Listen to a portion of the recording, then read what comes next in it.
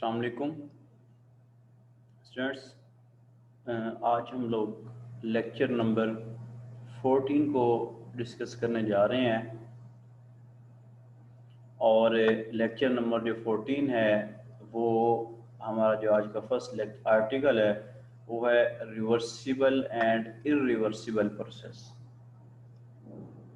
और हम लोग रिवर्सिबल और इरिवर्सिबल प्रोसेस को डील करेंगे, लेकिन किस हिसाब से? थर्मोडायनामिक्स के हिसाब से कि थर्मोडायनामिक्स क्या होता है और रिवर्सिबल और इरिवर्सिबल प्रोसेस का थर्मोडायनामिक सिस्टम के अंदर क्या इफेक्ट होगा।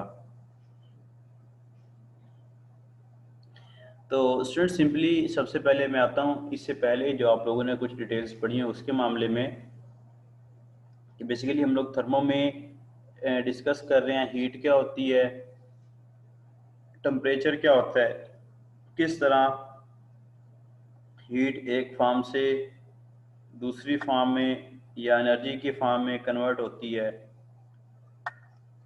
अब यहाँ पर जो रिवर्सिबल और इरिवर्सिबल प्रोसेस है इसका लिंक भी इसी हिसाब से होता है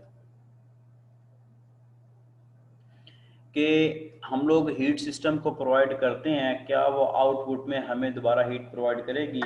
और आप लोगों ने इससे पहले केमिस्ट्री के अंदर भी या फिजिक्स में भी रिवर्सिबल और इरिवर्सिबल प्रोसेस के बारे में पढ़ा होगा, सुना होगा कि रिवर्सिबल प्रोसेस ऐसे प्रोसेस को कहते हैं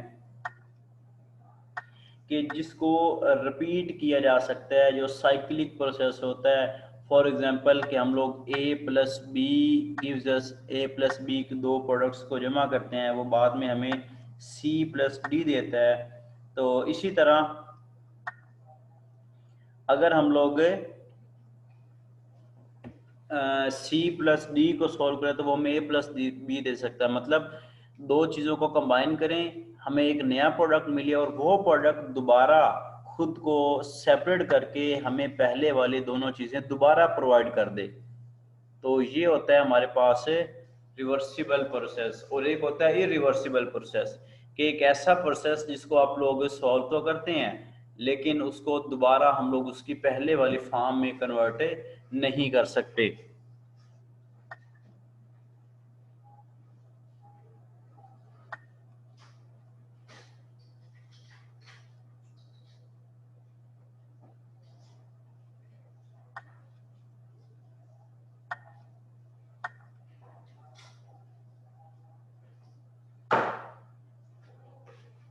तो इस तरह सिंपली आप लोग ये कह सकते हैं कि रिवर्सिबल प्रोसेस को दोबारा रिपीट किया जा सकता है और रिवर्सिबल प्रोसेस को हम लोग साइक्लिक प्रोसेस भी कह सकते हैं, लेकिन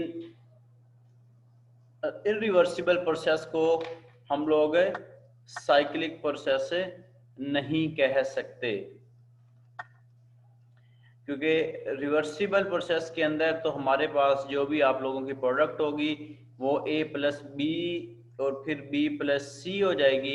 लेकिन इरिवर्सिबल प्रोसेस के अंदर ऐसा कुछ नहीं होता और इरिवर्सिबल प्रोसेस में आप लोग कभी भी उस प्रोडक्ट को रिपीट नहीं कर सकते। अब वो कहता है कि in thermodynamic system a reversible process is a process whose direction can be returned to its original position by inducting infinitesimal changes to some property of system। वो कहता है कि हमारे पास थर्मोडायनामिक सिस्टम में रिवर्सिबल प्रोसेस एक ऐसा process होता है जो हमें अपनी एक डायरेक्शन से किसी दूसरी डायरेक्शन में लेकर जाए और उसके बाद दोबारा अपने पहले वाली डायरेक्शन में वापिस आ जाए। तो ऐसे प्रोसेस को हम लोग बोलते हैं रिवर्सिबल प्रोसेस। लेकिन रिवर्सिबल प्रोसेस के साथ साथ आप लोग ये कह लें कि मैं चीनी और पानी को मिक्सअप करता हूँ और उससे हमारे पास 1 मीटर शरबत बन जाएगा। लेकिन अगर मैं इसको दोबारा बैकवर्ड करना चाहता हूँ कि चीनी और पानी को वापस लेना चाहता हूँ, तो आप लोगों को पता है कि आप लोग हीट अप करते हैं तो हीट अप करने से आप लोग पानी को वेपर्स में कन्वर्ट कर देंगे, लेकिन जो शुगर के ज़रात हैं वो वहीं पे रह जाते हैं। तो आप लोग चीनी और पानी को मिक्स करके मीठा पानी बना सकते हैं और मीठे पानी से दोबारा चीनी और पानी को भी गेन कर सकते हैं। तो ऐसे प्रोसेस को रिवर्सिबल प्रोसेस कहा जाता है। और एक होता है इरिवर्सिबल प्रोसेस। इरिवर्सिबल प्रोसेस एक ऐसा प्रोसेस होता है कि जिसको आप लोग उसकी ओरिजिनल शेप में दोबारा कन्वर्ट नहीं कर सकते। इसका क्या मतलब होगा कि आप लोग एक दफ़ा अगर उससे चीनी एक दफ़ा उसे यूज़ कर लेंगे तो वो दोबारा अपने पहले वाली प्रोडक्ट में वापस नहीं आएगा। मिसाल के तौर पर अगर आप लोगों के पास लकड़ी है और आप लोग लकड़ी को जला देते हैं तो लकड़ी को जलाने के बाद आप लोगों को पता है कि वो राख में कन्वर्ट हो जाती है। तो लकड़ी जलने के बाद दोबारा अपने पहले वाली हालत में नहीं आती। तो ऐसे प्रोसेस को हम लोग बोलते हैं इरिवर्सिबल प्रोसेस।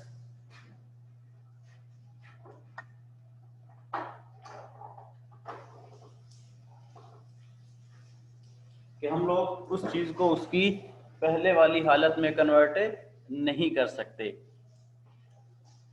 अब वो ये कहता है कि हमारे पास जब भी किसी भी सिस्टम के ऊपर हम लोग कोई भी conditions in terms of catalyst apply करते हैं तो वो सिस्टम में चेंजिंग तो ज़रूर करता है, लेकिन सिस्टम की जो इंटरनल हालत है उसको वो चेंज नहीं कर सकता। तो सिंपली जो रिवर्सिबल प्रोसेस है वो एक ऐसा प्रोसेस होता है कि जिसको आप लोग उसकी ओरिजिनल शेप में दोबारा कन्वर्ट कर सकते हैं और इसे आप लोग एक साइक्लिक प्रोसेस भी कह सकते हैं। लेकिन जो इरिवर्सिबल प्रोसेस होता है वो कभी भी अपने पहले वाली हालत में चेंज नहीं होता और वो एक साइक्लिक प्रोसेस की तरह भी नहीं हो सकता। अब वो कहते हैं कि हमारे पास थर्मोडायनामिक सिस्टम में कुछ चीज़ें क्वासी न्यूट्रल भी होती हैं, क्वासी इक्विलिब्रियम की फॉर्म में भी होती हैं कि जब हम लोग उसको एक फॉर्म से दूसरी फॉर्म में कन्वर्ट कर रहे होते हैं तो 50% तक पहुंचने के बाद वो नेक्स्ट जो है 50% तक पहुंचने के बाद वो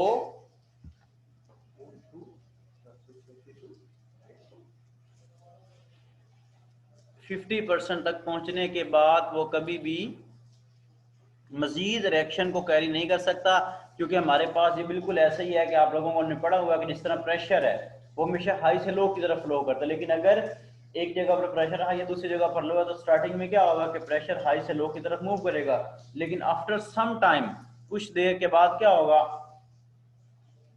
कि हमारे पास जो प्रेशर है वो दोनों साइड्स पे इक्वल हो जाएगा। उस वक्त जो इक्वेशन है वो क्वासी न्यूट्रल हो जाएगी। मतलब ये है कि उस वक्त हमारे पास जो रिएक्शन है वो मजीद आगे चल नहीं सकेगा क्योंकि वो क्वासी इक्विलिब्रियम की हालत में पहुंच चुका होगा। और इसी तरह अगर हम लोग इरिवर्सिबल की बात करते हैं तो इरिवर्सिबल में किसी भी सूरत में वापस उस रिएक्शन को अपने पहले वाली स्टेज में लेकर आने की जरूरत नहीं होती। फॉर एग्जांपल अगर आप लोग लकड़ी को जलाते हैं तो लकड़ी जलने के बाद राख में कन्वर्ट हो जाती है।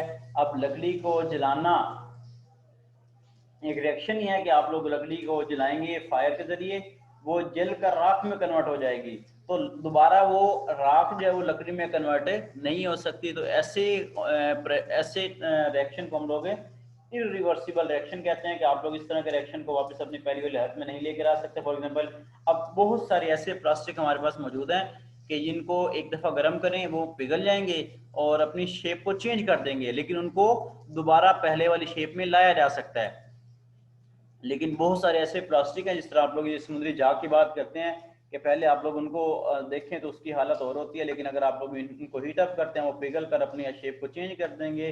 तो बहुत सारे ऐसे प्लास्टिक हमारे पास मौजूद हैं जिनको दोबारा आप लोग पहले वाली स्टेट में लेकर नहीं आ सकते। तो इस तरह आप लोग रिवर्सिबल और इरिवर्सिबल प्रोसेस की बात करते हैं। और जहां पर भी रिएक्शंस की बात की जाती है वहां पर आप लोग एक बात ध्यान में रखिएगा कि रिवर्सिबल और इरिवर्सिबल प्रोसेस में जहां पर भी इन रिएक्शंस की बात की जाएगी वहां पर एक इंपॉर्टेंट चीज़ ये है कि हम लोग अक्सर कैटालिस्ट का वर्ड यूज़ करते हैं। कैटालिस्ट रिएक्शन के अंदर ही होता है, लेकिन कैटालिस्ट की वजह से उस रिएक्शन में बजाते खुद कोई चेंजिंग नहीं आती। हाँ, ऐसा ज़रूर हो सकता है कि वो हमारे रिएक्शन का जो प्रोसेस है उसको वो तेज़ कर देगा और हमें जो है आउटपुट जो है अगर थोड़ी सी पहले लेट मिलती थी तो अब वो उस कैटलिस्ट की वजह से हमें थोड़ा सा जल्दी मिल जाएगी। तो ये हमारे पास क्या होता है रिवर्सिबल एंड इरिवर्सिबल प्रोसेस। उसके बाद है एंट्रोपी। एंट्रोपी के बारे में पहले भी हम लोगों ने थोड़ा बहुत डिटेल में डिस्कस किया था कि एंट्रोपी क्या होती है। सिंपली आप लोग ये कह सकते हैं कि एंट्रोपी किसी भी सिस्टम की वो हालत है जो उस सिस्टम की ओरिजिनल कंडीशन के अंदर बिगाड़ पैदा कर देती है, तब्दीली पैदा कर देती है, और ऐसी तब्दीली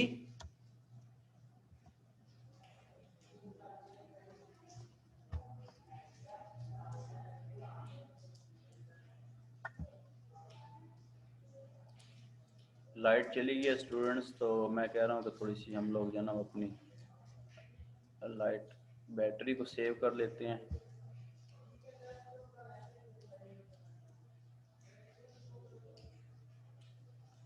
हाँ जी, तो एंट्रोपी बेसिकली क्या होता है, किसी भी सिस्टम में वो चेंजिंग, वो बिगाड़ होता है कि जिस बिगाड़ की वजह से वो सिस्टम अपनी सारी की सारी हालत को चेंज कर लेगा। आप लोग सिंपली इसको फिजिकल फॉर्म में इस तरह भी डिफाइन करते हैं, डिसऑर्डर। किसी भी सिस्टम में डिसऑर्डर हो जाना उस सिस्टम की एंट्रोपी कहलाता है। तो we can see how entropy is defined by recalling our discussion of a Carnot engine. कि कॉर्नट इंजन आप लोगों ने पहले पढ़ा हुआ है, वो एक साइक्लिक प्रोसेस है, लेकिन वो एक रिवर्सिबल प्रोसेस की फॉर्म में डील कर रहा होता है। Q C over Q H is equal to T C over T H. यहाँ पर क्यू हीट है और टी क्या है, टेम्परेचर है। दोनों को क्रॉस मल्टीप्लाई करवा लेंगे तो हमारे पास ये वाली इक्वेशन बन जाएगी। Q C over Q H था, T C over T H था, दोनों को क्रॉस मल्टीप्लाई करवा लें तो Q C T C is equal to Q H and T H के इक्वल हो जाएगा। Here QC and QH are the absolute values of heat transfer at temperature TC and TH। वही बात कि QC और QH हीट ट्रांसफर है at any temperature TC and TH पे। दिस रेशियो ऑफ Q और T is defined as the change in entropy. तो आप लोगों ने एंट्रोपी के बारे में पढ़ा हुआ कि एंट्रोपी को हम लोग S से रिप्रेजेंट करते हैं। तो डेल्टा S क्या होता है, delta Q divided by T। तो Q is equal to delta S equal to Q into T. तो Q क्या आ जाएगा, S ओवर T। तो Q is the heat transfer which is positive for heat transfer into and negative for heat transfer out. अगर system के अंदर heat जा रही है तो वो उसको हम लोग एज अ पॉजिटिव लेते हैं, और अगर हीट जब सिस्टम से बाहर निकल रही है तो उसको हम लोग एज अ नेगेटिव ले रहे होते हैं। और आप लोगों ने एंट्रोपी के बारे में अगर पढ़ना है तो आप लोग इसको लिखेंगे delta T is equal S equal Q और टी।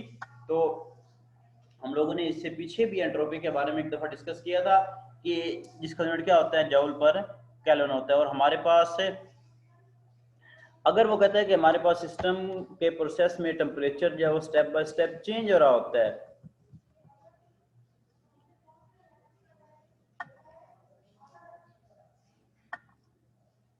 तो सिस्टम के चेंज होने से ही हम लोग एंट्रोपी को इजीली कैलकुलेट कर सकते हैं। किस तरह, अब देखिए स्टार्टिंग में सिस्टम अपनी ओरिजिनल शेप उसी तरह ही रखेगा, लेकिन जैसे जैसे टेम्परेचर चेंज करेंगे तो टेम्परेचर चेंज करने से ही सिस्टम के पार्टिकल्स की एनर्जी बढ़ेगी, उनकी आपस में कुलियन बढ़ेगी, तो उसी वजह से उसकी एंट्रोपी भी ऑटोमेटिकली चेंज होना शुरू हो जाएगी।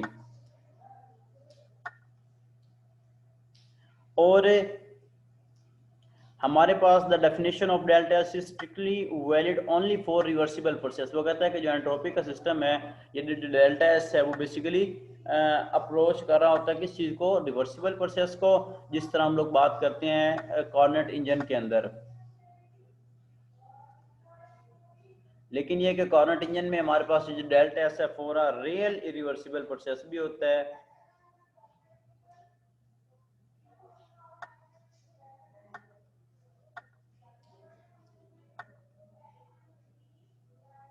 अब वो कहता है कि जो एंट्रोपी है, ये एक इंपॉर्टेंट पॉइंट है, the change in entropy of a system between state 1 and state 2 is the same no matter how change occurs.